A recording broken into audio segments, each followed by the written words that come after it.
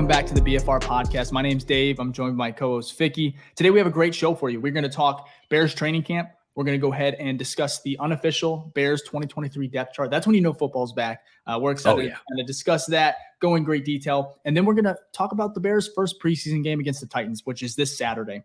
We also have an amazing guest who's going to be here talking Bears with us. We have Deke. He is a Bears content creator. He is an amazing Twitter follow. He is has a YouTube channel called Next Wave Bears. We'll have all of his information in the description, of course.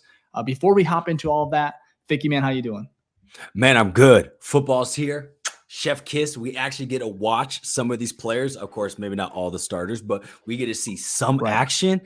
Oh, we're only a month away. Like, I know this is like a blue ball, a tease really, but like at least we're getting closer and closer. So I couldn't be happier.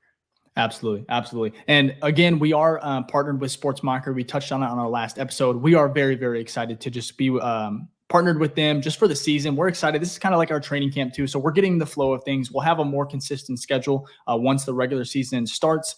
And before we bring in Deke and we hop into just the topics, we want to say again, thank you for all the support just over the last 2 months, 3 months in regards to just the growing and you guys are enjoying the content. So again, if you do like it, make sure to leave a like button. It really does help the channel grow. It's such a small gesture, but it does go a long way. And if you really enjoy the content and you want to stay a little while, especially for the season, that's going to be extremely fun. Make sure to just go ahead and subscribe to the channel. Hit the notification bell as well if you want just an instant update when we do post. Again, we appreciate it. Vicky, anything else you want to say before I hop in? Well, we might be doing a post-game live, hint, hint, you know what I mean, for after this Saturday. preseason game. So if you want to be a part of that, go ahead and hit that notification bell so you know right away. It's going to be fun. Absolutely. Well, let's hop right in. All right. We have Deke, who is a Chicago Bears content creator. He has an awesome YouTube channel called Next Wave Bears. Deke, we've been wanting to have you on the pod for quite some time now, so we're excited to have you on. Before we hop into training camp, just can you tell us a little bit about yourself and how you kind of got into content creation, specifically the Chicago Bears? Yeah, so first of all, thanks for having me. Definitely been a while, long time coming for me to hop on here with you guys. So thanks for having me. But yeah, it started back in 2017. I started with basketball highlights, and then I slowly got into football around the start of 2018. And I did a video I really liked college players, and I did a video on Justin Fields and Trevor Lawrence when they were coming out of high school. And literally, like, that was my first football video ever, was Justin Fields and Trevor Lawrence in 2018. So that year, of course, the Bears had a huge year, and that's when I started branching off into Bear stuff. And I had I really only did like highlight videos, and I only had a few talking videos, but I ended up kind of falling back from YouTube for a while. And then we drafted Justin Fields in 2021, and I was like, it's meant to be. So I back into it. We were talking a little bit off camera about how like my Twitter account, I had other Twitter accounts, but my current Bears Twitter account, I started like a month before Justin Fields was drafted. So really my whole journey of really pushing for content has been ever since Justin Fields was drafted. So it's like I'm kind of following his career along. And then once we hired Ryan Poles is when I really doubled down and really jumped into it. So this year has been the most active I've been on everything. So it's pretty fun to see everything kind of take off for once. I mean, that's perfect timing as far as just starting your kind of Bears Twitter, just because I remember when he was drafted that night, it was crazy. And that whole entire like week, honestly, up until now, just the views, everything has just went up because he's just such a popular, and then obviously he's so talented. So, I mean, just the hype around him it's just kept building and building.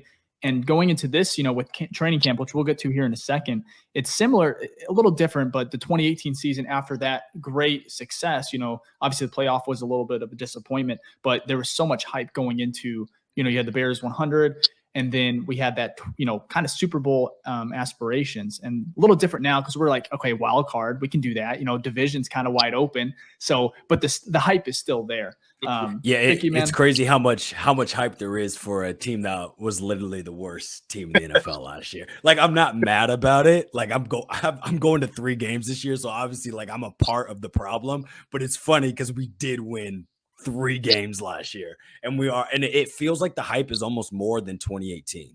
Like, I don't know why, it just feels like it. And I think it's because Justin Fields. the major difference is Fields. Yeah. The ceiling for Fields is way higher than Mitch. Like, we looked at Mitch and was like more game manager, but we were hyped about the defense and what they were doing. And it's the complete opposite this year. So it's exciting. Yeah, it's funny. I was actually you were like arguing with someone or having a really good conversation in the YouTube You can say arguing about the defense. Yeah. So Deke, we had last podcast we talked about the defense, and I think it's gonna be pretty good. I think it's gonna be a lot better than most expect. And some people are saying top 10. I don't know if that's the case, but we had a couple people in the comments thinking, okay, this is gonna be a top 10 defense, and Vicky was like, no, it's not. No, it's not. Let's relax. And why? Give me like a quick breakdown, Vicky. Why is this defense not top 10? Well, first off, I don't like Yannick is great. That helps push the needle maybe 2 points. Like if we were 20th overall defense, maybe we'll be 17. Like, I could view something like that. But this D line still hasn't proven anything to me. Right now, the linebacker did obviously improve tremendously, and the cornerback is a lot of potential. Like Jalen Johnson and Bojack were pretty set on. Brisker had a good rookie year. Kyler Gordon came into his own later in the year, but again, that's more of like potential. So, if that secondary really steps up, then yeah, we should be good. But we had one of the worst run defenses in the league last year, and we had a span of like 4 games where we gave up like 36 points or something like that. So, we won, again, go back to my point in the beginning, we won 3 games for a reason. That's not all offense. The defense gave up a shit ton of points. So we'll make a jump, but it's not realistic to think we're going to go from, I think we were like 28th defense last year to like 10. That's such a huge jump. So, but if I'm wrong, hey, I'm not going to be mad about that. Deke, what's your thought? Where would you put them? Your expectation? I don't know. I'm always iffy on rankings because it doesn't really matter too much to me, but if I had to put a number on it, I wouldn't be surprised with at least top 15, because you look at the 2018 Bears and how they added Khalil Mack and they drafted Roquan Smith that year, and they went to the number 1 defense. But the year before that, they were the number 10 defense in the league. And when you go through the roster and see the names that they had, it wasn't really that it wasn't that stellar of a roster on defense. But the one thing that the Bears did have is they had a great defensive mind coaching the team. Vic. We have that with, obviously, Eberflus isn't the defensive coordinator. Alan Williams does have to prove himself. I am aware of that. It is, Eberflus was the mastermind in Indy, but at the end of the day, it is the same scheme, and Eberflus is in the same room as Alan Williams, scheming things up together. And I think our secondary is more talented than the secondary back then. I might get jumped on for this, but I had a love-hate relationship with Kyle Fuller. I felt like he had his moments, but he got burned like a lot. He really did. And then when he had Eddie Jackson behind him to, kind of help over the top, it didn't really matter if he got burned because Eddie Jackson was picking it off. So I think with Eddie Jackson and Jaquan Brisker, they're going to be saving our cornerbacks' butts a lot this season. So guys like Kyler Gordon and rookies, and that obviously Tariq Stevenson is a rookie, so we're not really sure what we're going to get, but it definitely helps to have the safeties that he has behind him. And then you look at our linebacking core, the Bears were the 10th defense before they got Roquan Smith. So we compare it to the team now with Tremaine Edmonds and TJ Edwards and Jack Sanborn. I think our linebacking core is, has the potential to lead a top 10, top 15 defense. Now, as far as the defensive line goes, they don't have anything proven, but to me, I don't think 2022 has anything to do with this current team, because Justin Jones is the only lineman from last year that's on the team this year, and he was the best one. And obviously the bar is low there, but the fact that we kept the one who was half decent and then replaced everybody else, they do have to prove it, but I wouldn't be surprised if our defense landed somewhere in that top 10, top 15 range. I mean, yeah, that is a good sign because, like, along with Jones, you had Travis Gibson, and now, we'll get to it, but the depth chart, you see where he's at now. So, yes, I will agree, there's been improvements all the way across the board. I guess it's just more of we kind of have to see it because a lot of new guys. So we don't know, a lot of unproven, but like on paper, I could see us being top 15. I just need to see it on the field. And I guess I've been disappointed too much as a Bears fan to be too optimistic here. So I think I lean towards both, kind of in the middle. I think top 15. I think that would be probably the ceiling, but like I said, I would love to be shocked. And like I said, I think they are probably a year or two away from really getting into that top like echelon of defenses, just because of the youth on the roster, But anyway, speaking of, training camp and everything, let's go ahead and switch over to that now. We're going to go to the offensive side of the ball, something that Herb Howard does. He's on the beat. Awesome guy. He talks about Chase Claypool every practice. It's called the Chase Claypool beater. He kind of gives his own breakdown and a percentage, I guess, of confidence surrounding Chase Claypool. And depending how he performs, it either goes up or it goes down. Right now, I think it's just continue to increase. It's gone up every practice. So right now he has Tuesday practice, which is August 8th, is kind of what we're recapping as far as training camp. Everything that's happened up until now is what we'll discuss. And today he had the Claypool meter at 73%. He was a full participant, unpadded practice, of course. No real splash plays is what he kind of noted. Most important ability is availability, which is huge, especially like, and you can say that to Tevin Jenkins, a lot of people on this roster at least. Now, Deke, something we want to go ahead and implement here on the pod is our own Chase Claypool meter. So shout out to Herb for kind of making this reality, this idea. So Deke, in regards to Chase Claypool, everything you've seen, everything you've heard, your own analysis, kind of give me a percentage of 0 to 100%, and then give me a reason as to, what supports that percentage in regards to Chase Claypool. Okay. Is it currently where I'm at now? Right now. Yep. All right, so right now, if I had to throw a percentage number from 0 to 100, I would put it at I kind of want to say somewhere around like 85%. I think that's really bullish of me for the simple fact that I feel like last year did not go as planned, but I understand at the same time that it is a very difficult offense to learn as it is. He was thrown into it mid-season, whatever the case may be. He was injured, didn't have chemistry, and a lot of people don't really talk about this either, but he had 4 different quarterbacks last year between Mitch Trubisky, what is their other quarterback's name? The rookie. Pickett. Kenny Pickett. Yeah, Kenny Pickett, Justin Fields, and Nathan Peterman, and Trevor Siemian. So he played with like 5 different quarterbacks last season. So I'm willing to throw out last season, but this year, everything that happened with OTAs is like, okay, whatever. He started on PUP right before camp, but then he was taken off of it less than 24 hours. And I think, he had maturity issues in his past. And while he was in Pittsburgh, I didn't really like a lot of the things that I've seen, but I think one thing that's different with him this season is that he is on a contract year and he knows it and he's well aware of it. And I don't think he's not dumb enough to just throw away future, his life. I mean, this is he can prove himself to get a life-changing contract. And I don't think he's dumb enough to just throw that away being too immature. So I think he's going to give it his absolute all. It just comes down to how is Luke Getsy going to scheme up the offense and how many opportunities, how many plays are going to be drawn up specifically for Chase Claypool.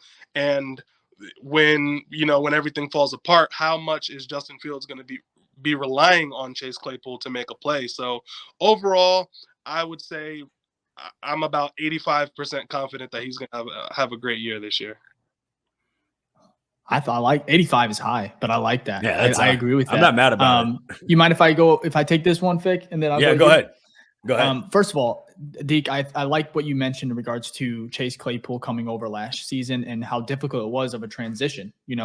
One, the quarterbacks, but 2, just the position in general. A lot of people compare Roquan Smith and how he was able to make such an impact, in Baltimore, but it's the same scheme. And then I think we can all agree, the linebacker position is not nearly as complex as the receiver, just based on how he has to come into a new offense, brand new to him, and learn an entire different language.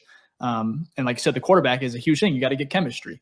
So I think last year is kind of a wash in regards to kind of, any value or, adding anything of importance to it. But this year, in regards to just the offseason and now how he's performing at a pretty high level, just in regards to like Chase Clay or DJ Moore is getting a lot of the talk and the buzz, and rightfully so. But then you got Chase Claypool, which every single practice you hear about him and just how it continues to grow, how he's making those plays. And yes, he's had a couple drops or he's, had some issues, but the intensity's there. The offense was needing a spark because of that one report, couple practices ago in regards to the defense all over the offense, chirping at him. And then you have Chase Claypool, setting the tone after getting hit, which we found out wasn't a giant hit, but it still was after. It still was after, he was out of bounds. So, yeah, but the fact that he's like, the intensity and he's bringing that level that Justin was talking about, how he needs to bring it as well, but he wants his teammates to kind of match that. And so in regards to my confidence, Chase Claypool, I've kind of been high on him just because of last year and how, even though it didn't work out, I have all the confidence in him.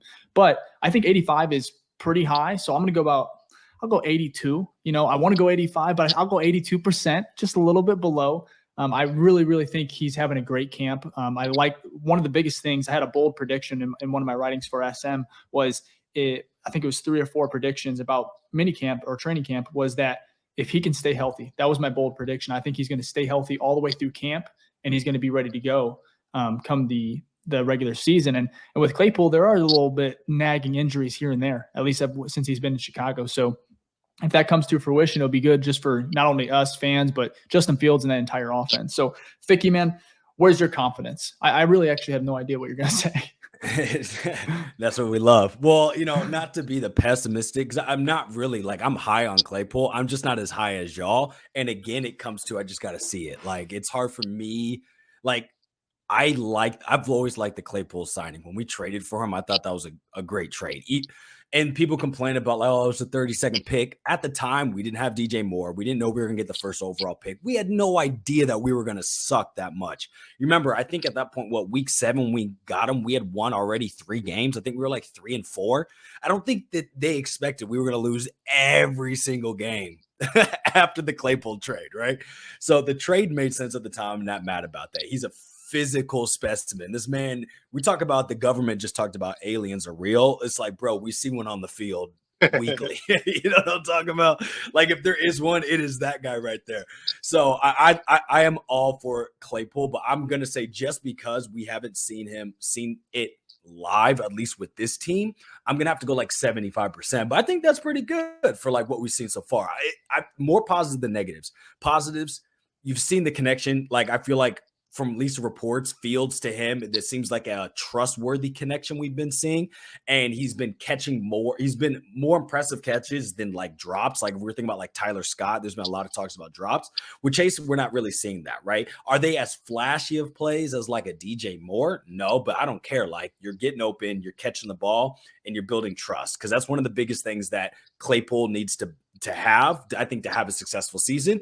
Because DJ Moore, we already know that's already happened. Mooney's played with Fields for years. So Chase is the odd man out. So it's if he can get that confidence as well, plus you have confidence. We already know he has confidence with Cole Kmet. So you have 4 players that you feel you can trust. Oh, this offense will thrive because he can make quicker decisions knowing I know this ball is going to go here. I know my receiver is going to be here. And so a lot of those third downs, which we couldn't convert last time, will get converted, which will lead to extended drives, which will lead to more points. So overall, I'm happy with Claypool. He, like you said, another important thing, he's been available. He hasn't been injured. He's been out every day for training camp.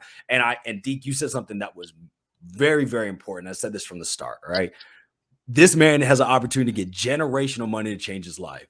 Don't ever think he's going to fuck that up. This man is giving his all on the field, off the field, because he is trying to get that bag. And I wouldn't even, it makes sense, right? I don't care your reasoning for it. If you perform on the field, I'm happy either way. If it's for you to get that bag with another team, I can't control that, but that man is working. And he's even admitted to it in one of his press conferences. He said, this is the biggest year of my life. So we're going to see the Yeah. best version of Claypool. If that is good enough to keep on the team, we'll have to wait and see, but I'm actually excited to see what he can do. So 75, maybe by the start of the season, I'm at 80, 85 with y'all. Y'all probably still be higher than me, but I'm cool with where I'm at.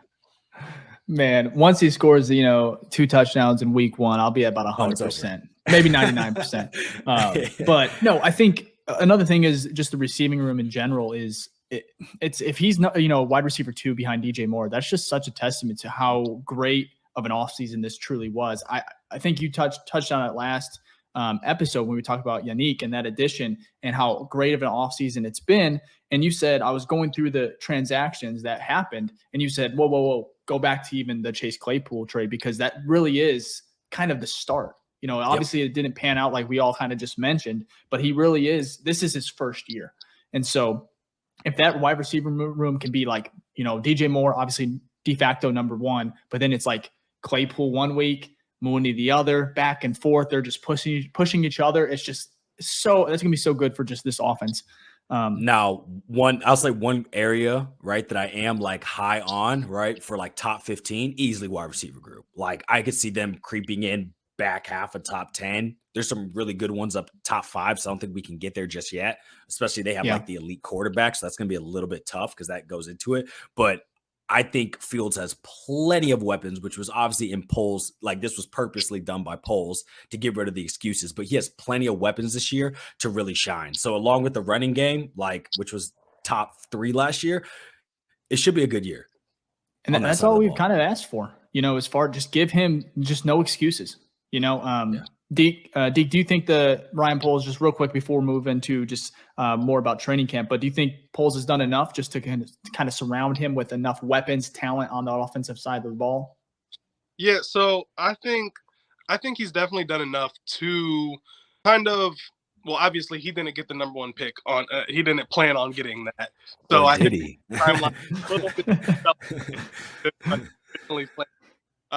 We lucked into DJ Moore, but I think Ryan Poles did a good job of staying disciplined while still adding enough talent around him. I'm not going to lie. I am still kind of iffy on the offensive line.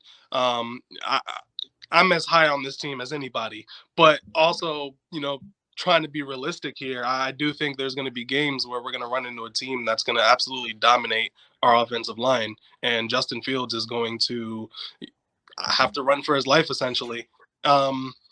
Can he do what Joe Burrow did and take us all the way to the Super Bowl with no offensive line? I'm not quite sure. But last year, Justin Fields put up, 30 points per game in like a month stretch with 4 games. The line being bad, with no weapons. So I think even with the offensive line not really having continuity, because I'm not even going to say it's bad. I mean, we have the talent there. It's just a matter of staying healthy and being consistent. So even if there are some woes there, I still think our offense has enough firepower to put up points, and it's just going to come down to the defense as well. And like Tyler Scott, he has a little bit of a drop issue going on, which he's had in college. But the good thing about him that reporters are saying is that he's getting open every single day. He's burning our best cornerbacks. It's not like he's just going up against rookies. So even all the way down to our wide receiver 4 or 5, like this offense is talented. So I think it's going to be hard to keep the Bears out of the end zone. We're going to have our moments where Justin Fields is going to throw interceptions. He's not going to be an Aaron Rodgers and only throw 3 interceptions all season. I hate to say it. He's going to It's not happening. He's going to get sacked. The offensive line is going to allow sack. Cody Whitehair is going to have some bad snaps. So it's not going to be perfect. But for a team that I think should be striving for at the very least a wild card spot, I think we're good for a solid 9-10 wins off the strength of Justin Fields and the weapons that Ryan Poles has added. Deke, are you saying a team that was 3-14 may not be so perfect the following year after that? Interesting. Wow. That's a hot take, huh? and for some reason, the concept of improving a lot while still not being perfect, but you can still improve a lot. And we did for sure. I'm with just improving. And I've been saying this all offseason. I want to make the playoffs, but I will be happy with at least my floor is one game out of the playoffs. If we miss the playoffs by one game, I'm happy. We in the hunt. You went in the hunt. We all the way till 17. Yeah. We in the hunt all the way through. Yeah, starting like week 10 all the way through.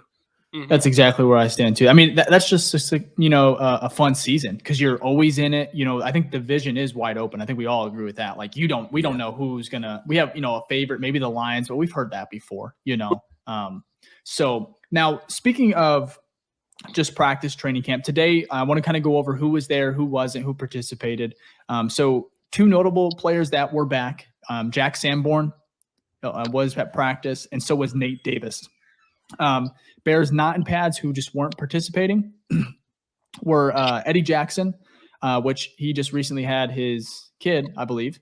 So, I mean, that's a pretty good reason to not be there. And he should be fine. But Kyler Gordon, Brisker, Terrell Smith with a rookie, which I think he's fine. I didn't hear anything about him being banged up. And then DeMarcus Walker, Lucas Patrick, which is concerning a little bit, Tremaine Edmonds, Dylan Cole, Roshan Johnson, and then Dante Pettis, NFI, of course. And then another big name that was present that did practice. You might have heard of him, Yannick Ngakoue. Is that right, Vicky? Yannick. I'm always going to.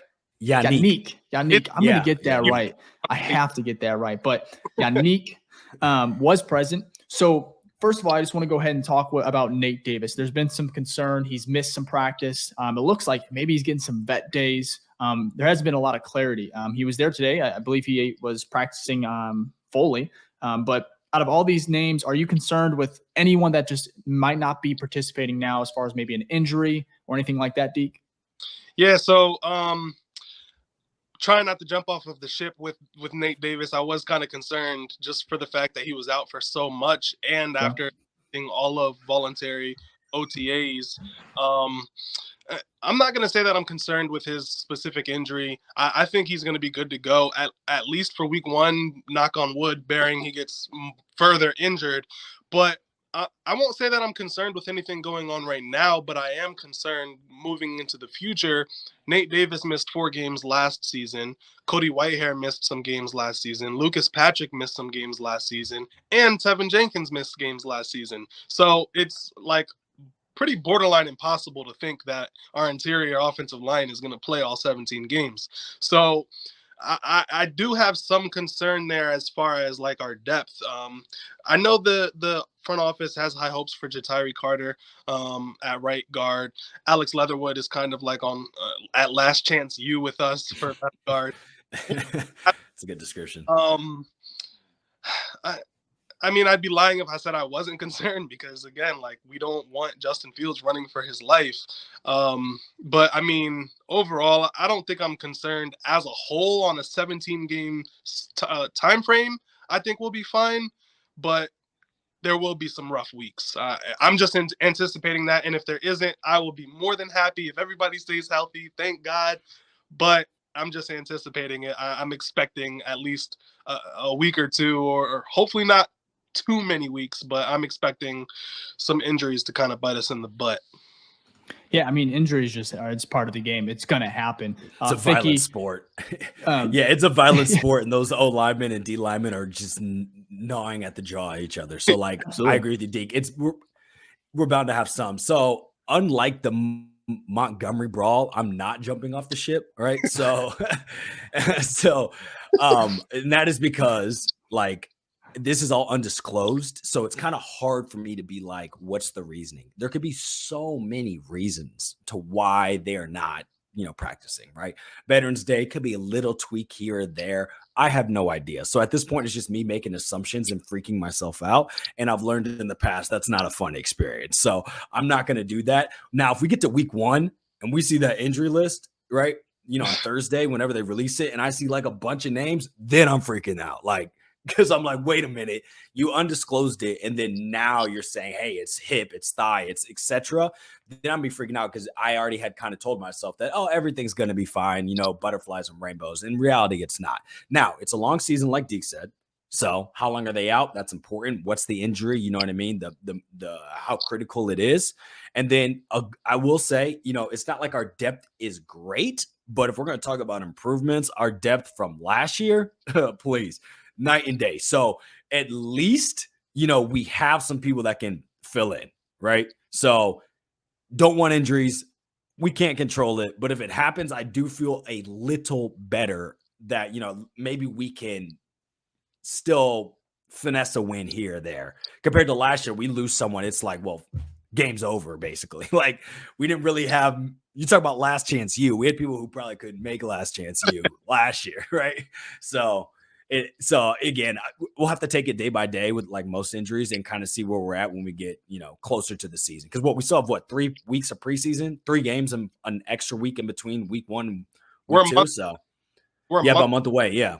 So ask me again in like 3 weeks and I'll let you know where I'm at. All very good points. So we'll go ahead and I want to move on to kind of Justin Fields, which we kind of haven't talked about him a lot, which is crazy, but he's having a pretty good camp. Some days are good, some days are okay. But I think him and the offense are battling with the defense, going back and forth, which is good. That's what a healthy camp it looks like, in my opinion, because like you said, Justin, he had a long, elaborate, conversation with one of the reporters talking about how there isn't a game plan. We don't game plan our defense. We go out there, we have a set amount of plays that we want to just get through. But one thing that was popular today, just in regards to training camp, Greg Braggs Jr., you love him, one of the best in the business, but he's saying that he has some concern about Justin Fields and his deep ball, which for me, I have a very passionate response to this. But with the eye roll with Deke, I think he's got one too. Deke, I'm going to start with Deke here. And what is your thoughts? Like he's obviously there's an emphasis on the short game, but his vertical passing, there's some concern, and Braggs is saying he's just not seeing enough, and typically he sees a lot more. And so, Deke, in regards to all this, man, where do you stand on this? Are you concerned? What is it? Yeah, so I understand what Braggs is saying. He's saying that you, as a team, you'd want to practice what you're going to do on game day, but I just think that's just not reality. I believe everyone knows that Justin Fields' biggest weakness is being decisive, not being decisive enough, not being quick enough, not going through his reads, not thinking quick enough. And my biggest concern was that when you look at, and I did a whole highlight reel, I looked through every single Fields play that I could possibly find from last season. And the one thing that like kind of bothered me was that a lot of his star run plays, you see a guy that's open, and it's like, dude, I love you. I love the runs. Like the highlights are great. I have a great time watching you, but like, bro, Khalil Herbert is right there. So like, I'm fine with us spending every single practice with Justin Fields doing nothing but checkdowns and short routes. That's fine. The deep ball is there. It's been there since he was in high school. It doesn't just vanish just because he hasn't practiced it in 2 weeks. We're on practice number 11 and his deep ball is just gone. Like, that's just not reality. So I'm not concerned one bit from the deep ball. I understand what he is getting at as far as you'd want to practice, what we would like to see on a game day.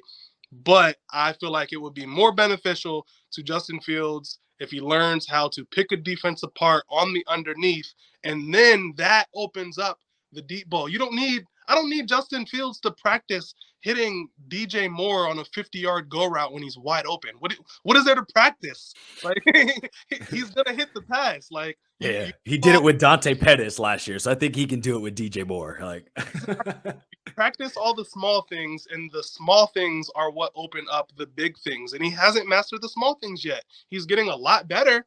He's way better at it, but he hasn't mastered it yet. So don't complain when we're working on his biggest weakness.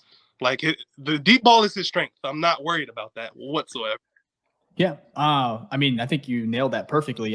Another thing I want to add on to it before we go to you, Ficky, here. First of all, we love Greg. I love his reporting. I love reading his tweets. Like I said, one of the best in the business. I love that he's getting a chance to kind of get on that media side. But one thing I think that we need to remember as well is the defense. There is no run game right now.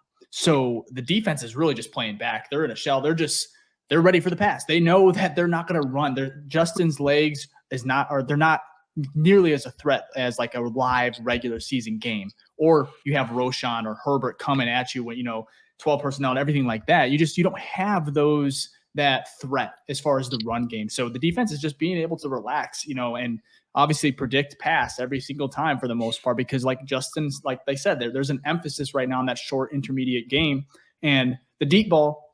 Fields isn't perfect, but we all know damn near that he is one of the best in the game already.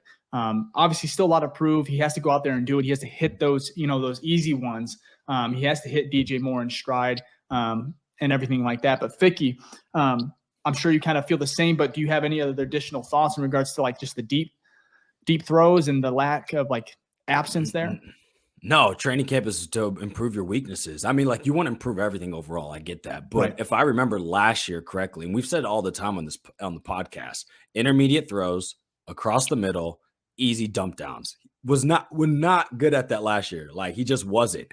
He was you know the what plays worst. I do? Yeah, you know what plays I do remember? Mooney one-handed 40-yard bomb. Dante Pennis quarter of the end zone Thursday night football or Sunday night. I can't remember. Deep ball to N'Keal Harry against Jair Alexander. Like I remember the deep plays because he connects on them pretty well. Deep ball to a corner route to Cole Kmet. The Bills, Velus Jones, deep crosser. Like I remember the deep balls because normally when you threw it deep, I was like, oh yeah. I couldn't see where it was going, but I was like, oh, this is about to be fun. You know what I mean? I had more trust in that than when the man took 3 steps back and did a quick throw. I'm like, I don't know what this is about to fucking be. You know what I mean? So I'm not too concerned about what they're working on and what we're not seeing in training camp. And again, like I think Fields came out and said it. There's no scheme. They're not scheming against the defense, right? Like you said, if this is Madden, they're guessing pass every time, which is fine. You know what I mean? So it's not a full representation of what we're going to see on the field. No, I can't tell you what that's going to be. Like maybe there are some struggles with the deep ball we see this year, but to make that assumption, and I don't think Braggs was saying like he's super, from my understanding, I could be perceiving this wrong, but it felt like he was just more like, oh, we saw more of this last year. I kind of expected we kind of see the same, because we have better weapons, but I don't think it's like, I'm not too concerned about it, to be honest. Hey, yeah, please. I've interacted with Braggs a lot, and he's the king of the meatballs. He is just wants he just wants to see highlights. That's his big yeah. And when people challenge him, that just pushes him to double down on his point even further. Hey, man. It's true. It makes for good content, though, so I'm not mad about it. No, it's great. It's good to talk about. But you know what? I'd rather see that weakness get improved, because I think those short drop-offs, those are going, like, the big plays are great. They're big plays, they're highlights. But what extends drives is like, oh, it's 3rd and 3 and we run a slant to DJ Moore. Like, good. Or a drop-off to Khalil Herbert and he gets 4 yards. Good. You know what I mean? Those are the plays we need, compared to like having to always rely on throwing deep. Like we'll set, like you said, Deke, you said it perfectly. We'll set it up, run, short game, play action deep. Boom. Look who's wide open. DJ Moore, 60 yards, touchdown. We win the game. So, and I think that'll make those plays better too. So I'm not too concerned. And then we're not even factoring in the fact that he can run the ball. So, when Justin gets going with his legs, the linebackers are going to be leaned forward. The defense is going to be leaned forward. Like there's so much that you don't even see we don't even do in practice. Like we only see a fraction of what we're actually going to run in the season, and how Justin Fields' legs and how the short game is just going to open up things that you can't even simulate in practice if you tried.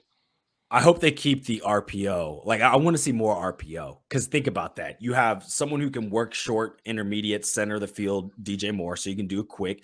You obviously have a great running back room, right? A great running scheme with that a zone running, right? That a Shanahan tree, which we saw last year, top 5. So you continue that. And then you have Fields, who's the best running quarterback in the league. So what's a linebacker to do? What decision does he make? Does he go down on the running back? Does he bite on Fields? Or does he guard a slant that's coming across the middle? So I want to see actually more of that, because I think that will really open up our offense, especially on like some 3rd down short plays like that. So it'll be interesting to see.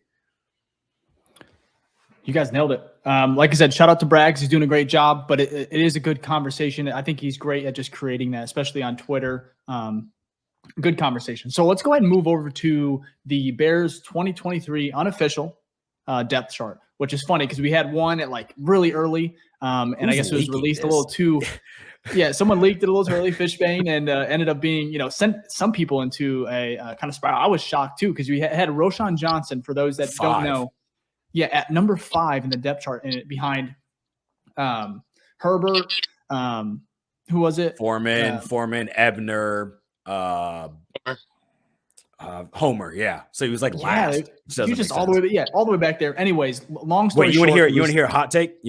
Or I guess a controversial? I wonder if what was released was actually what they think of the players, but not what the actual depth chart is. Like, so maybe that's what Poles has in his office. And he's like, well, I really think that like this is where it's at, but we'll put him at 3 for now. You know what I mean?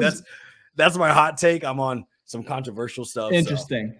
So. I mean, that's interesting. So anyways, though, I don't think so. Because Roshan Johnson, they've been pretty high on him, but that is a good, he wouldn't, I mean, realistically conspiracy. Though, I know I'm just trying to stir the pot here, but he drafted him. So I doubt he would put him 5 over people he didn't draft. He's obviously more talented than Ebner and Homer as well. So I don't understand first of all, who's leaking a depth chart?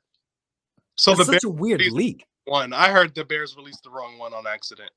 Well, how was that wrong? It goes on their website. Okay. So was it wrong in like the editing, or like was that? I think that was the depth chart going into camp, or it just wasn't the update. That was outdated. Wasn't because, and I said on one of Dave's tweets when he talked about it, Roshan Johnson had a pretty bad start to camp. I mean, he had a fumble, he had a drop pass, and then he got injured and missed a bunch of days. So it didn't really surprise me that he was running back 5, especially dealing with the injuries. I just figured they were just going to make him work his way back up. I didn't think it was something where he would stay there, but it didn't really surprise me. That makes way more sense. Also a rookie, you know what I mean? Kind of Flus has talked about like you have to earn it, you know what I mean? I mean, they put Jalen Johnson at 4 last year when he, didn't show up. So I could definitely understand that. That makes way more sense than my my conspiracy theory. So yeah. So I think can you guys go ahead and see the depth chart here? Okay, perfect. Yeah. So here's what I am. I just have it on the screen here. This is from Fishbane. He tweeted it. This is the correct one. So I just want to kind of go through it and discuss some of the things. So we'll go ahead and just do some shockers. What surprises you, first of all, Deke, just in regards to the depth chart? Give us a couple players that, maybe you thought would have been higher, maybe lower, just regards to again, this is unofficial, but it is depth chart and it is that time of the year where we just get to kind of talk football. So Deke, what are your thoughts, man? Yeah, so first and foremost, the very first thing that jumps off is Travis Gibson is all the way buried at the bottom of the depth chart. Yep. That completely blew me out of the water. I thought he was going to be at the very least like the backup defensive end, or even like third string would have been like, dang, he's fell. But 4th string defensive end, that's just that blew my mind. And then Kendall Vildor, honestly, I thought he had a better season last year. I think last year was the best year of his career on a defense that was picked apart by every single team he played anyway. So understandable, but I didn't hear much from him from camp. But to see he's seemingly cornerback number 10 on the roster, I mean, I look at it as Travis Gibson and Kendall Vildor both are on a contract season. Everybody's talking about Jalen Johnson and Cole Kmet, who got his, and so forth and so on, all the big guys. But Kendall Vildor and Travis Gibson are on contract years too. So this is a prove-it year for them, whether it be, staying with the Bears or, like we talked about with Chase Claypool, potentially making money with other teams as well. I feel like that's a situation where it would be kind of a disservice to them to bury them in the depth chart on a contract year. So I looked at that as, wow, like they're probably going to get cut. So I think I don't think they make the 53-man roster. Then you look at the special teams. The one thing that was interesting to me was that Tyler Scott was on the first edition of the depth chart for kick returner and punt returner. And then on the second edition, they took him off as the punt returner. I think that's a product of him muffing back-to-back punts during practice. And with Velus Jones having that position on lock, I think they're just focused on getting Tyler Scott's mental right to play wide receiver. The only other thing on the defense, the rest of the defense was pretty much what I expected. And then the offense, the only thing that kind of stood out to me is that Tyler Scott is behind. Well, originally they had Tyler Scott as like wide receiver 6, and then they changed it. With Jones being the backup wide receiver above Dante Pettis. I'm not really sure if that's a testament of Velus having a good camp or Dante Pettis just being on the non-football list, and it hasn't been at camp at all.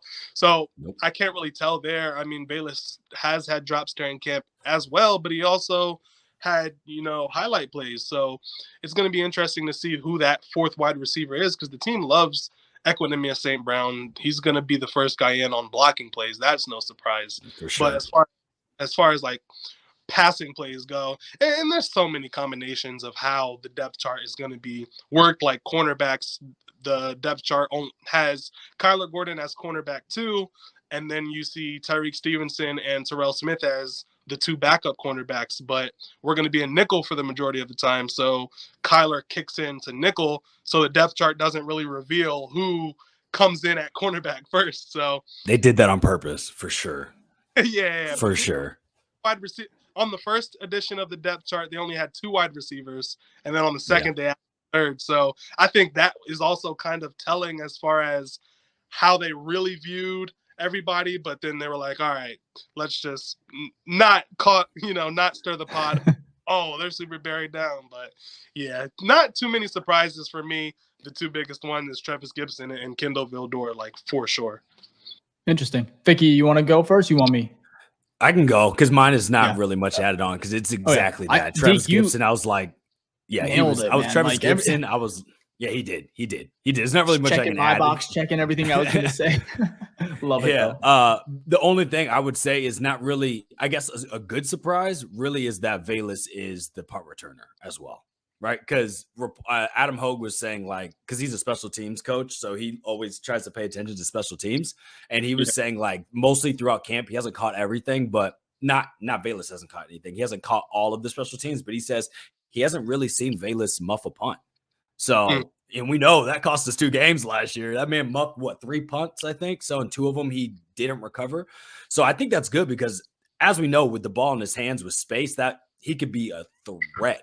So I think that was the first thing I saw, and I was like, ooh, that's a good sign. Like, stock up for Velus Jones. Also, we saw him, wide receiver was at 4, maybe 5. I don't know if Scott's above him or whatnot, but that's also a stock up. So Velus, I know he's had some drops and things like that, but how he's going to be used is not just like as a pure wide receiver, as we know. So that was like a good call out. And then again, to go back to Travis Gibson, just to double down on it, like, he did not have a good year last year, but I thought he would have shown something, but obviously not. So not only is it that Travis Gibson's, like, let's be real, dog water compared to this depth chart, right?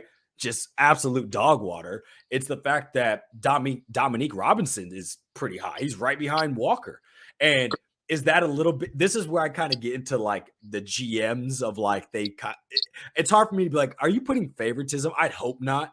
Right. But it's like, you did pick Dominique Robinson. You didn't pick Travis Gibson. So obviously you're going to put a little bit more stock into that pick. But I'm hoping that Dominique Robinson maybe is just coming into his own, because remember, that was a ex-wide receiver, ex-quarterback, but had a body that could easily play defensive end and had the athletic ability to do so. He just kind of had to hone in on the fundamentals. So hopefully we can see that with him. So that'll be good.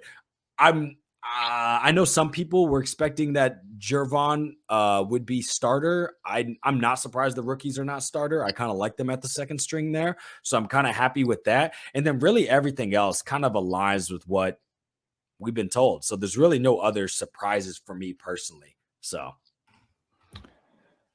I agree with everything you guys just said. I don't even know. I have a few things here that I wrote down that I think that weren't touched on. One, Darnell Wright. I think one thing about, like, you can look back at Justin Fields' rookie year. Obviously, it's a quarterback position. So sometimes, rosters or, coaches, they want to take it easy, ease him into it. But with Darnell Wright, there's no, they're just like, hey, he's starting. There's going to be, he's going to have to learn the hard way. Day one, there's just no mystery. He's getting all the snaps, he's getting all the reps. And even though that's little, I like it. I think that's competence, in my opinion. Now, if he really wasn't ready, that's a different story. But obviously, he already could show, even in college, they aren't football reps, but against some of the best, defensive players, he shut them down. Will Anderson, right? I think is the tape against him. It was phenomenal. So that's one of my points. The second is just the amount of like second stringers. Like some of these guys are not starting now, but they were last year. And that right there, that's probably the biggest takeaway from this one is just the roster overhaul. I think there's like 14 free agents were brought in, and now we have 14 new starters or something like that. And just the fact that some of these guys, especially on offense, but also defense, were starting. Fields was playing with second stringers. If you look at this roster, that's kind of what it's saying, and we all kind of touched on it last year. Look at the defense, Dave. Well, look at the defense. Yeah. Like Deke mentioned, it's Kendall Vilder, crazy starter. He's now CB10, right? Or CB9, whatever. Travis bubble. Gibson, seriously. Starter. Right. Now you're on the bubble to get cut. So when we talk about team improvement from a roster standpoint and depth, absolutely. It's not even close. It's night and day. We have way more competition in here, way more talent, which is good. It's just that, we just hope to see it work on game days. So, but yeah, it's ridiculous. And that was what Poles came to do. He came in, said, hey, see you later to all you guys, all you old guys, get out. We're losing every freaking game. I don't care what people say. He put on his hard hat and tanked, all right, because that's what we did. And he said, let me restart with this cap. And then what's good is he also built flexibility. We talked about this last time, Dave, but he has flexibility for next year with the multiple picks. And I think we're like going to be second in cap space as of now. So it's like we're just going to see this roster improve. And we're going to have more of these discussions where it's like we're looking at the depth. And some people that started this year will come back next year and be like, wow, why is he D-Ed number 4? You know what I mean? So it'll be interesting to see. I agree with that. I mean, the defense. Also, another thing I want to touch on is just the second unit. Like I think Deke, you said you were kind of concerned about the offensive line, but if you look here, I mean, that second unit, if everyone's healthy, Patrick he kind of scares me just because last year the injury, and now it's like already kind of, rearing its ugly head again. Again, it's early, but it is a little concerning. But the second unit with, Larry Borum back there, Lucas Patrick, Leatherwood, we don't know exactly what he is. Could he be a diamond in the rough? Probably not. But could he be a serviceable backup? Could that be? He's a first-round talent 2 years ago. So I like the depth kind of on that second unit as far as the offensive line. Obviously, I would love to kind of sign another guy. We have the number 1 pick in regards to the waiver wire up until week 2, right, Ficky? So that's right. You could add another solid veteran, offensive lineman. Same could be said, anywhere on this roster, because the Bears have that luxury of having top pick all the way up until week 2, which I think is huge just for adding depth. Quality depth is going to be a lot easier to obtain just because of that right there. Now, as far as Travis Gibson, I know we kind of all touched on it, but that is a little concerning. Do you think, like, what do you guys give him, like, as far as like the chance or the possibility of him either being traded or cut? Do you think he's he won't be traded? He doesn't. Traded. No value. There's no trade value. No value. Yeah. Well, he might. Okay, so the only way I could possibly see him be traded is if Ryan Pace on the Falcons sends just to get his guy to help find his career. Other than that, I don't see facts. An NFL team in their right mind giving up anything for not even a 7th round swap. Like, I think he's just gonna get cut, and some team will pick him up on the waiver. The Bears of the South, the Atlanta Falcons. That's facts, though. I totally forgot about that. They pick up a Pace like, I drafted you, so you're coming here now. So it's wild. And Buda just got injured pretty seriously, so he might be out for some time. So if we end up cutting Kendall Vilder, I think the Falcons might be all over him, depending on how soon we do it. I think for their sake, like, the Bears fan in me doesn't really care. Like, depth is depth. At the end of the day, like, it'd be nice to have them there just in case a whole bunch of injuries come. But for their sake, I think it'd be in their best interest to get cut as soon as possible, so they can prove themselves, somewhere else that might not have as much depth at their position as we do. I think you had a really solid tweet, Deke, in regards to just Gibson. Like, hey, if he isn't going to be a part of the future and he's not going to get those reps and a chance, I think that's it was a great tweet. I'm pretty sure it was you that kind of sent that out in regards to just let Gibson go, if he's really not going to have an opportunity. And it's weird because I don't know if I remember incorrectly, but like maybe a week or two ago, they were talking kind of highly on Gibson. So it's crazy how this league kind of changes week to week, He had a good practice today. I was reading reports and he was winning all of his one-on-ones. So yeah, against the 4-string tackle because he's the 4. You know what I mean? Like, who's he going against? Obviously, if he's defensive end number 4, is he going against the last chance you tackles? The guys we brought in. Okay, so jump back. I do have a few more notes on the depth chart. I don't like our backup offensive line whatsoever because realistically, Lucas Patrick is our backup left guard, our backup center, and our backup right guard. I don't care what the depth chart says. He's the first guy who comes in, and he can't correct himself. Larry Borum. Only time I've heard of Larry Borum is when he's getting beat during camp. And today, the backup right tackle, I can't see it from here, but I forget Aviante Collins. Yeah, Aviante Collins. Yeah. He was the guy that Travis Gibson and Rasheem Green was running laps around. So I don't really have any. I'm not gonna lie. Like I hate to say it, zero faith in our. Maybe Jatari Carter might have something just for the simple fact that we haven't seen him before, so I can't really count him out. But yeah, and then one more note before I guess you guys want to move on, or if you have anything else, but. The linebacking core is kind of interesting to see that I don't know why, but I kind of assumed that Noah Sewell would be the backup strong Sam linebacker behind Jack Sanborn, but he's listed as the backup middle linebacker behind Tremaine Edmonds. So that was pretty interesting to see as well. Yeah, I think it's kind of like that same with Lucas Patrick. You know what I mean? It's kind of like maybe he just goes in for like the linebacking core. You just like that last year. Yeah, exactly. You just go in where someone goes down. So and that's a good thing to have that versatility. But then you have that same issue with the line where it's like, well, Lucas, if Lucas isn't there, we're kind of fucked because you're the backup for 3 positions. So. Yeah, we got to hope that O-line stays healthy for sure because that is definitely our it's improved a good amount, but the depth wasn't improved as much because we had to improve the starters so much, right? So, yeah, I think just maybe signing another quality veteran similar to what we did with Yannick. Just go ahead and get one more. They have plenty of, I think, cap space still just to spend. There might be an extension coming, JJ or something along those lines. But just to get another quality, would be good. But another thing with Justin Fields in this offensive line, his mobility kind of, we saw last year, kind of buys him some time, gives him that, extra time to just extend a play. And so if this offensive line, he does not need a top 10 offensive line. It would be great to have one. But if you give him middle of the pack, he's going to increase that just because of his ability to maneuver and to escape and to buy himself that time. So if it's top 20, 17, that range,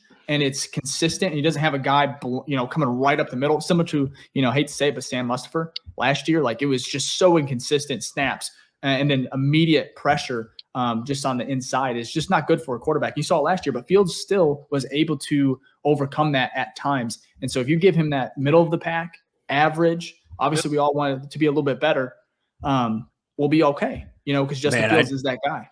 We don't want him running for his life. Please don't.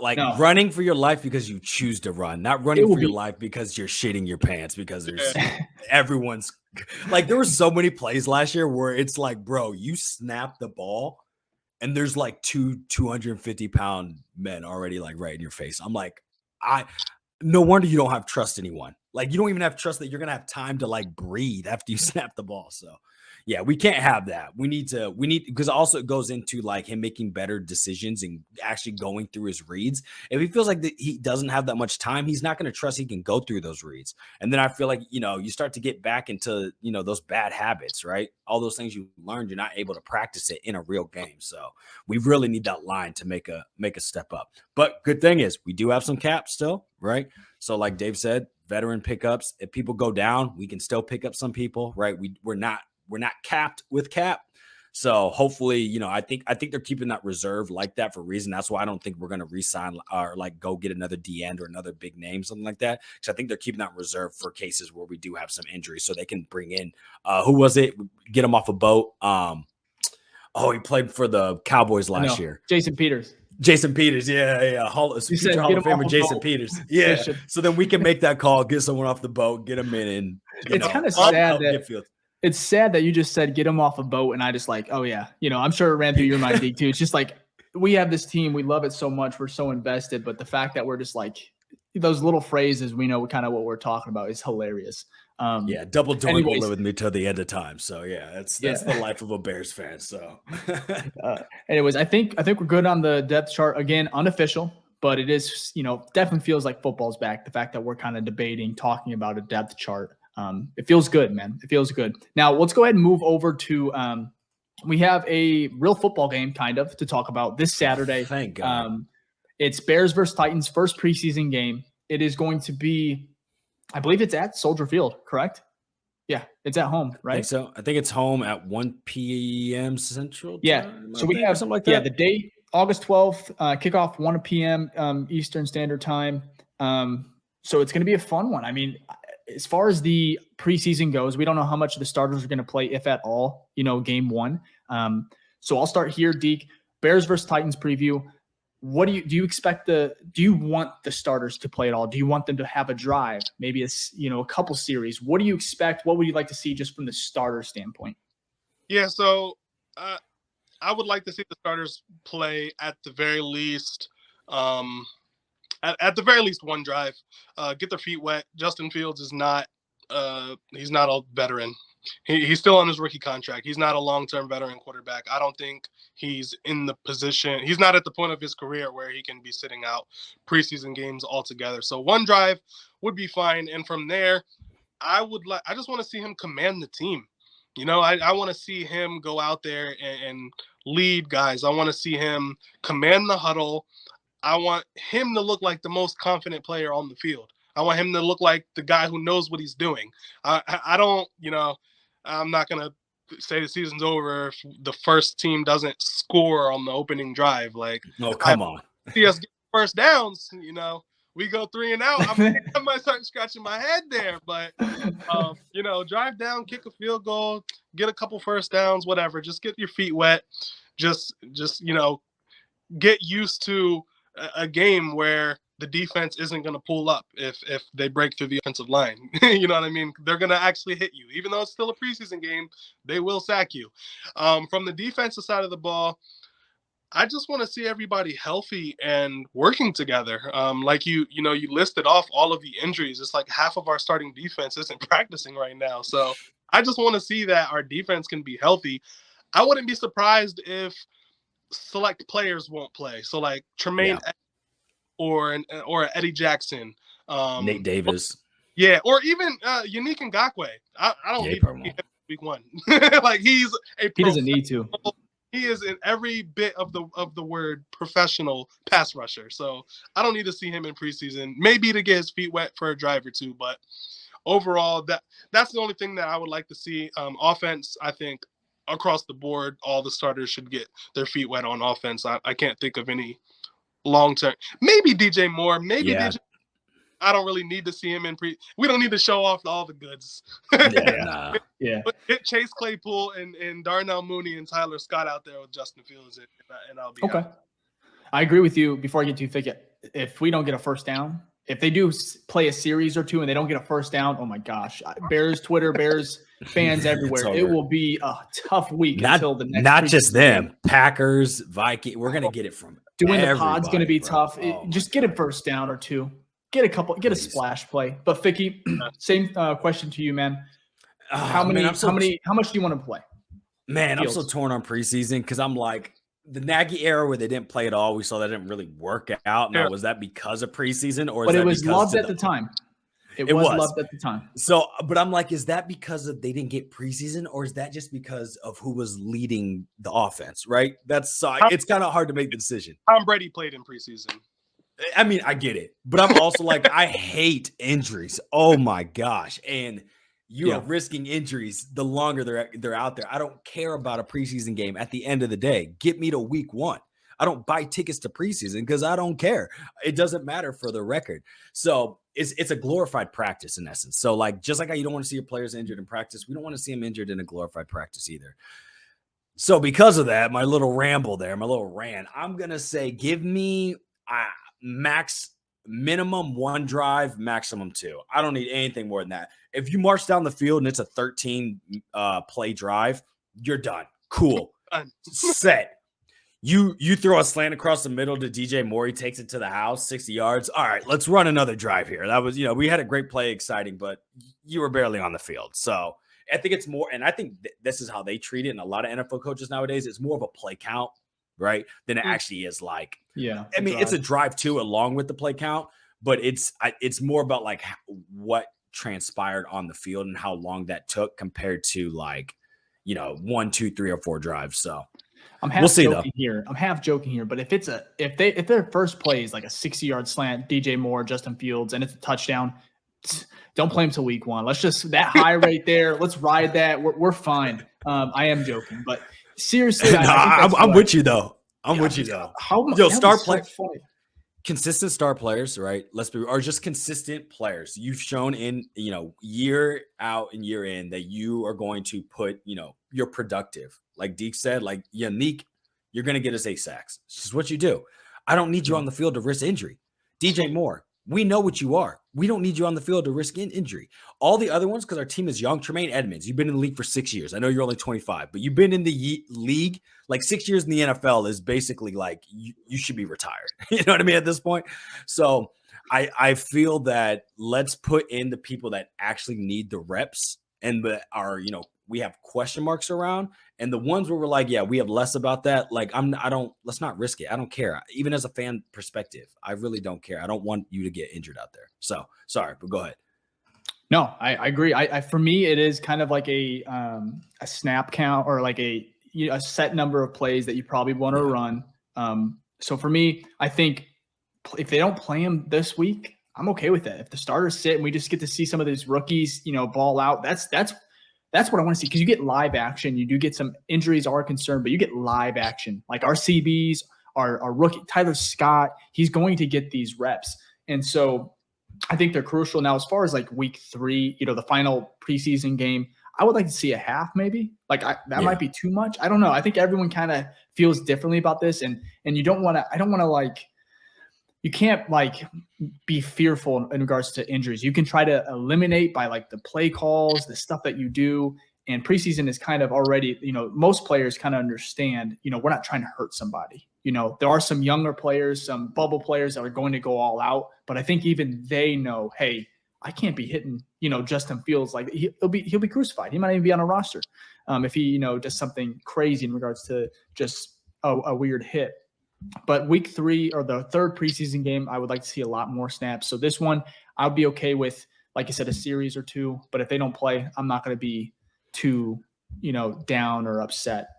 Well, what's important with that too is that I think it's still exciting compared to maybe some other previous seasons, is because we have a lot of young guys, right? Yeah, young guys that are going to be on the team for a minute, right? Not like some guys we just picked up, but like we got Terrell Smith, Tyreek Stevenson, right? We got both tackles, Pickens and Dexter, that we can watch. We have some rookies from last year, our second years, but the last year's rookies like Dominique Robinson that we can watch, Tyler Scott this year.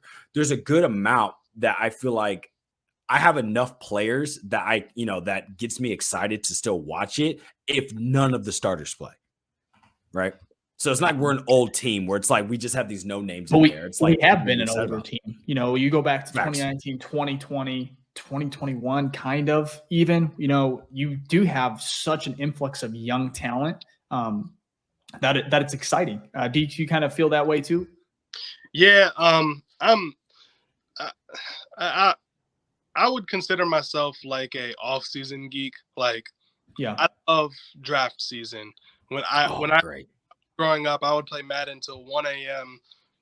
I'd spend the majority of my time in the off season picking up new players. Like I just love homegrown talent. I love new players. And I feel like Ryan Poles is just the perfect GM for me because he drafts a whole bunch of people. So Ryan Pace had drafts where he drafted 5 people. And here we are with 11 drafted rookies or 21 drafted rookies in the span of 2 years.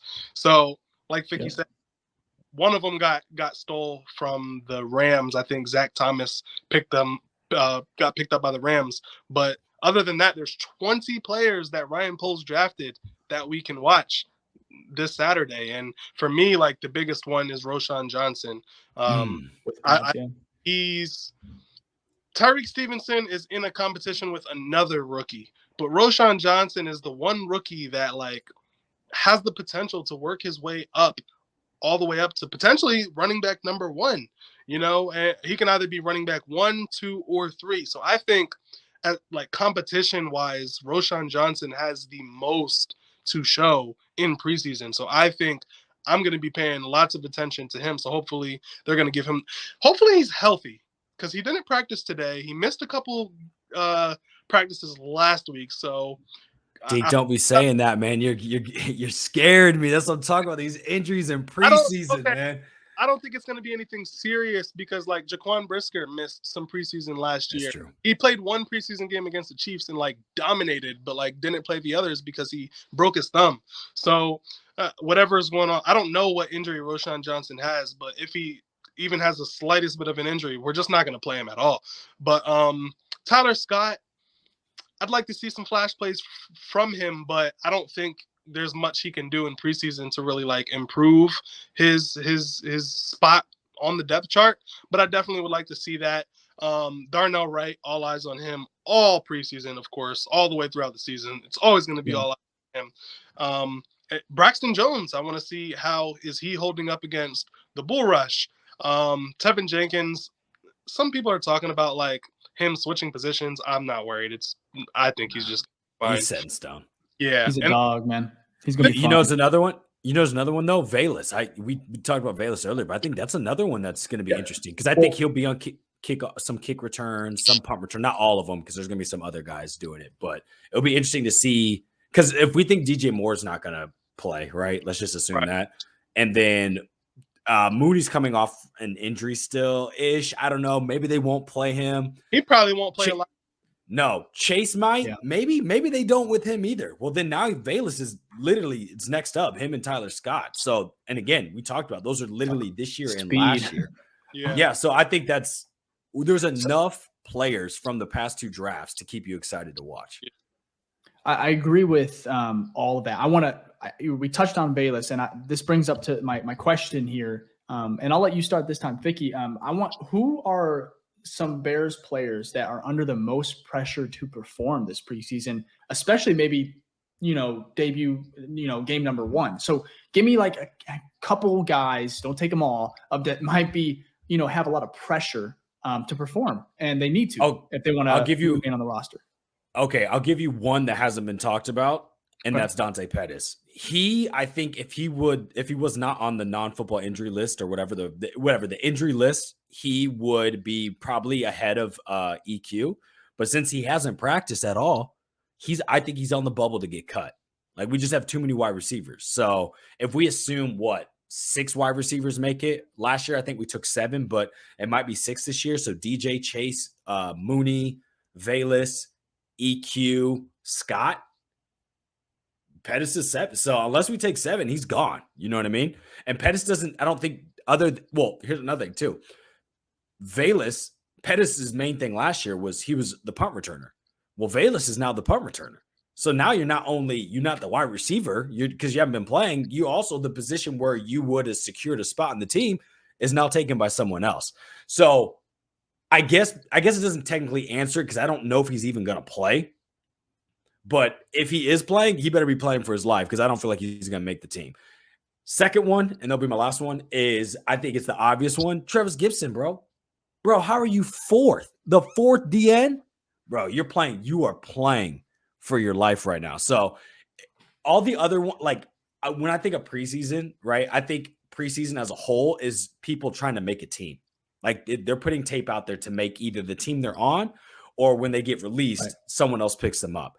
So basically anyone from depth chart position 1 to 3, I'm not concerned about. I'm just not like, do I want to see some improvements and whatnot? Sure, of course, but you're going to be on the team. So I'm going to see you all season long. That's some aspect, right? It's more about the ones on the back end where it's like, yo, you better ball out or you're not going to be here. So those are my 2 I'd go with. I like it. Deke, who you got, man? Yeah, so my main one I kind of already got into was Roschon Johnson. So I'll kind of give a couple this time. I really covered the offense, but on the defensive side of the ball, Noah Sewell, I don't think Shane Edmonds is going to play much at all. Maybe one series max, but he's been out with injury, so he's probably not even going to play. He's probably not going to play this week, nah. Say Noah Sewell has a lot to prove because he's in competition with Dylan Cole. I think right now Dylan Cole is going to be the first linebacker in. I think Noah Sewell has gotten his opportunity just because Ryan Poles drafted him, but I think he definitely, has the shot to prove himself to be the first linebacker in if somebody goes down. And it's football, knock on wood, but it's football. It could be inevitable, even if it's just for one game or even if it's just for a series.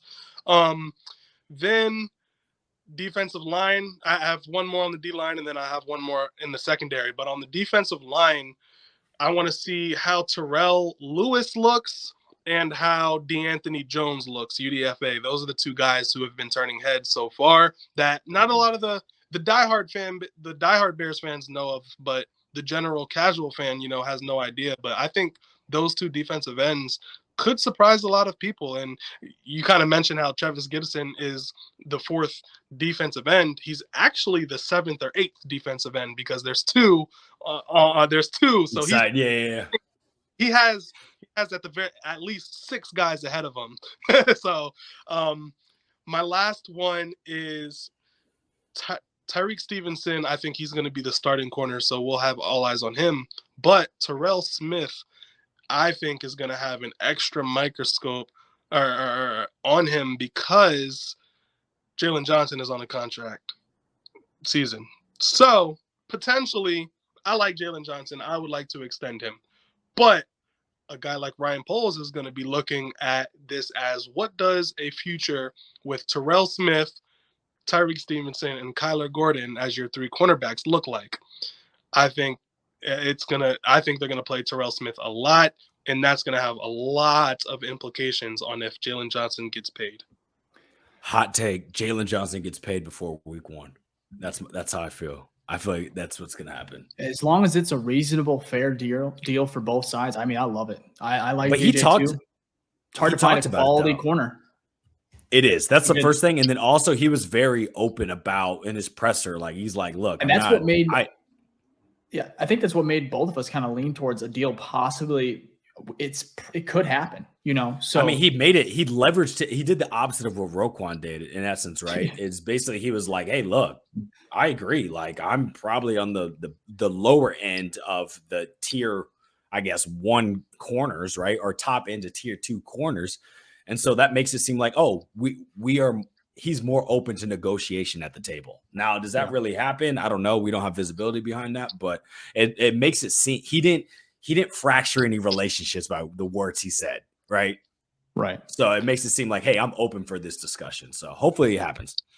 So I'm going to go with, I love all you guys. It's hard going last sometimes, but so Terrell Smith, I want to kind of piggyback on that one, because that was one I cannot wait to watch, just because his battle in camp, just with going back and forth, trading like plays with Tyreek Stevenson. It's a legit competition. It might be the most heated as far as getting that starting spot.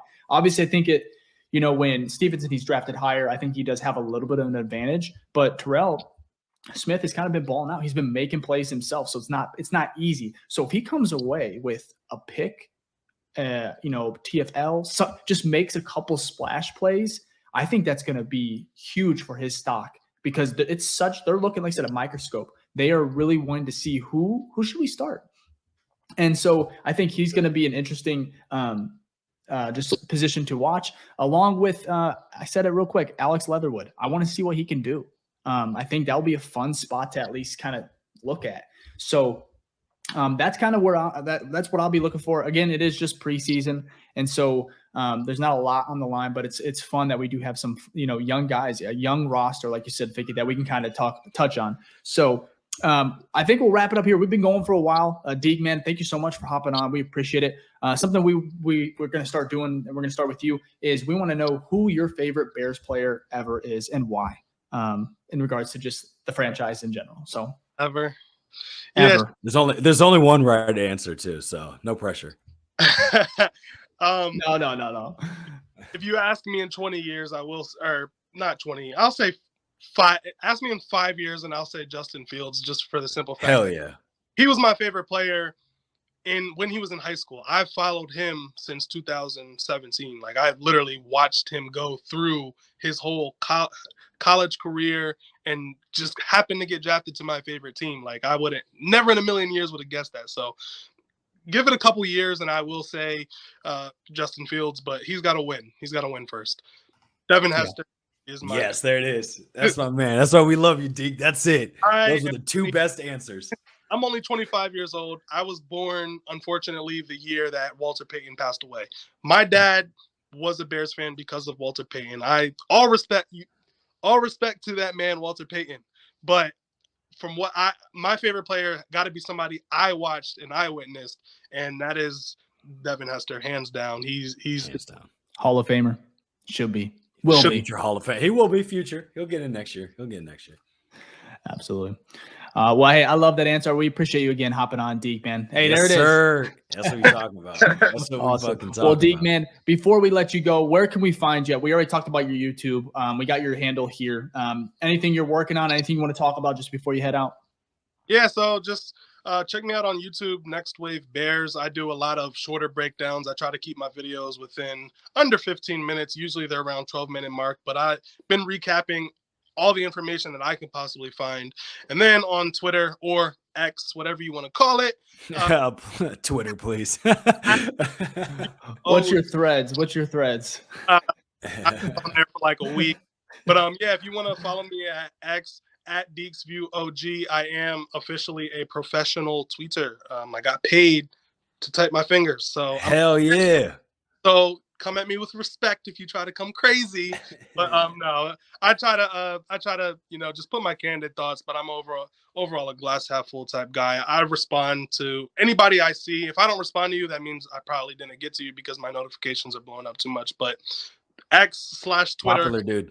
That's where I'm most active. And if you guys want to hit me up there, you can.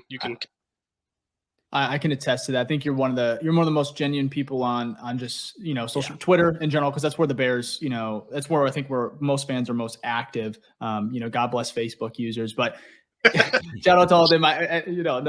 No smoke over there. But anyways, you respond to a lot of people. You show a lot of love. I love what you're doing. We appreciate you again. We're going to have you on again, probably just maybe during the regular season. We'll have to have you just hop back on. Like I said, Vicky, anything before we let him go, man?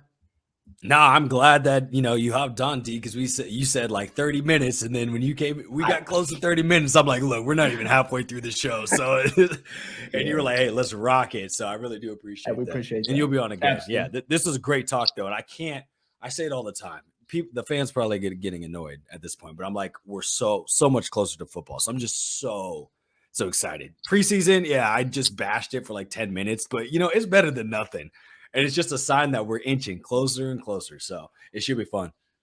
Absolutely. All right, Deke, man. Thank you again. All right, y'all. All right, Vicky, man. I think that was just a great conversation. We love Deke. Super excited, man. An hour and 20 minutes almost talking with him. We were talking. Oh, my gosh. But that's like I said, I hope you guys enjoyed it. I think it was just a fun conversation. It was a real conversation. Vicky, man, any thoughts before we end the show? Man, Deke's everywhere on Twitter. Like, I can't scroll 3 tweets without seeing a Deke, and I'm not even mad about it. Like, it's great content. So you guys should follow him. It is worth it. You get so much information. It's just a genuine good follow. It's not really a lot of hate speech, nothing of that, like just clicks and stuff like that. It's really like good informational content. Great conversation, debate. It's healthy debates. He does it. He does a great job, man. He does a great job. Give him a follow for sure. Absolutely. Well, Ficky, I think we'll wrap it up here, man. It's been a great pod. We're going to be recapping live Saturday, just the Bears versus Titans, and we can't wait to do it. Absolutely. We will see all of you there. Absolutely. All right. We'll see you guys next time. Peace.